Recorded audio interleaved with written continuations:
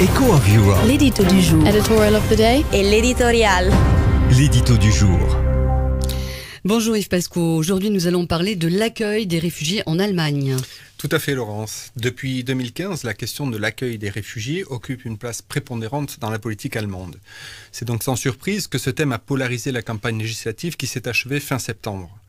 Si les résultats de l'élection obligent la chancelière à composer un gouvernement de coalition, vraisemblablement avec les libéraux-démocrates du FDP et les Verts, la question du sort réservé aux réfugiés est devenue un thème central de la constitution du futur gouvernement. Alors en effet, lundi 9 octobre, Angela Merkel a annoncé avoir conclu un accord avec ses alliés bavarois de la CSU, au terme duquel elle s'engagerait à limiter à 200 000 le nombre de réfugiés susceptibles d'être accueillis chaque année en Allemagne. C'est ça. Mais cet accord a avant tout une dimension de politique interne. Il constitue un signal envoyé aux électeurs mécontents de la politique de Mme Merkel, dont certains ont reporté leur suffrage sur la formation d'extrême droite Alternative pour l'Allemagne. Cet accord entend par ailleurs ressouder la famille des partis conservateurs, CDU et CSU, qui sont divisés depuis de nombreux mois sur cette question. Mais cet accord a enfin pour objet de préparer la négociation en vue de la formation d'un nouveau gouvernement. Si les libéraux-démocrates du FDP seront satisfaits du tour de vis annoncé par la chancelière, les Verts, quant à eux, n'apprécieront certes pas l'approche, mais pourront l'accepter car elle ne définit pas de quota fixe, mais un point de référence. Mais au-delà de la dimension de politique interne, que peut-on dire réellement de cet accord ? Eh bien, plusieurs choses. Tout d'abord, l'accord démontre qu'en Allemagne, comme dans d'autres États de l'Union européenne, la question migratoire est politiquement sensible, voire même inflammable.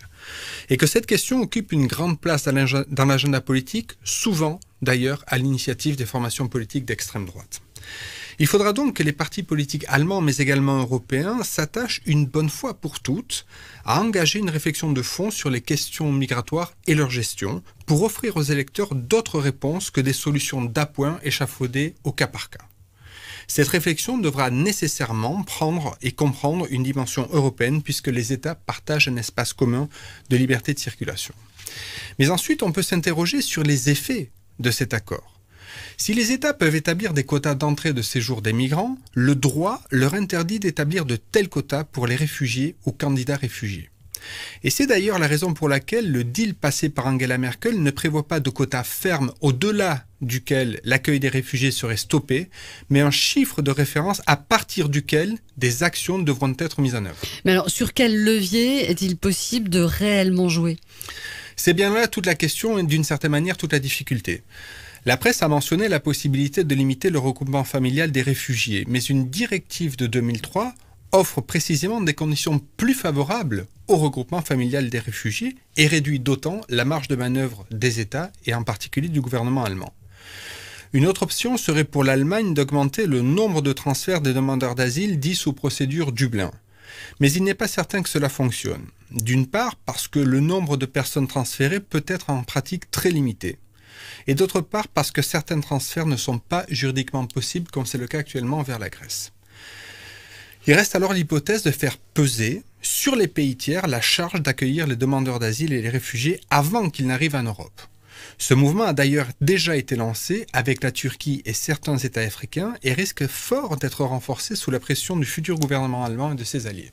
Alors du coup, la question qui arrive tout de suite derrière, c'est est-ce que c'est vraiment possible en pratique ?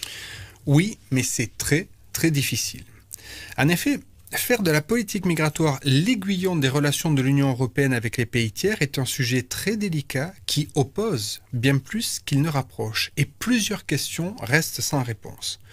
Quels engagements les pays tiers sont-ils prêts à accepter et pour quelle contrepartie ? Peut-on conditionner l'aide au développement délivrée à ces pays à leur capacité de gérer les migrations ? Ces pays tiers ont-ils intérêt à contrôler l'immigration quand ils bénéficient d'importants envois de fonds provenant des migrants installés en Europe ou ailleurs ?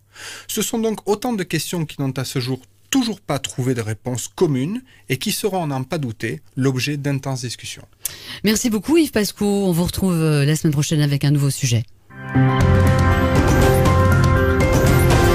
Echo of Europe. L'édito du jour. Editorial of the day. Et l'éditorial. L'édito du jour.